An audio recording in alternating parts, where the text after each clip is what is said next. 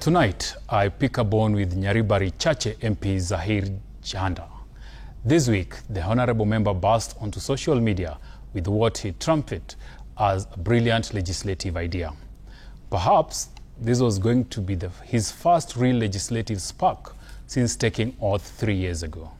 His grand plan is to introduce a law regulating social media influencers. Yes, while hospitals struggle, youth remain jobless, and farmers are crying out while corruption blooms in this country. However, for Mr. Jhanda, burning national priority is TikTokers and content creators. Honorable Jhanda says he wants to borrow from China, where influencers must provide credentials before discussing serious matters like finance, health, or law. On face value, the Chinese rule attempts to curb misinformation.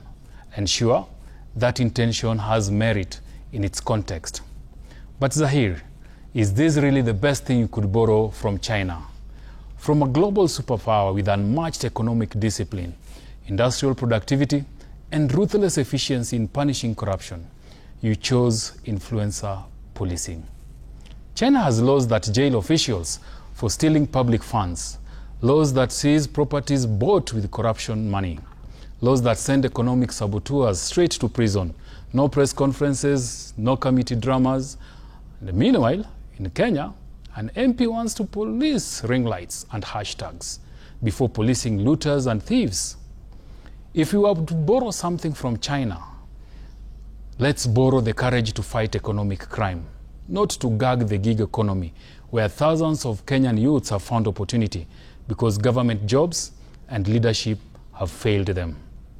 And if credentials are the bar, let's ask the obvious. Mr. Jhanda, are you willing to introduce the same degree requirement for members of parliament, your colleagues, to improve on legislative quality? Or does seriousness only apply to influencers, not to lawmakers who routinely mislead the public from the floor of the same house you sit in? But let's be honest, influencers are not the biggest problem facing your Nyaribari Chache constituents. Bad roads, hospitals that are but only by brick and mortar, unsustainable agriculture, youth unemployment, and basic services are the real issues that your constituents are grappling with. Legislation is not a vanity exercise, and it is not a theater.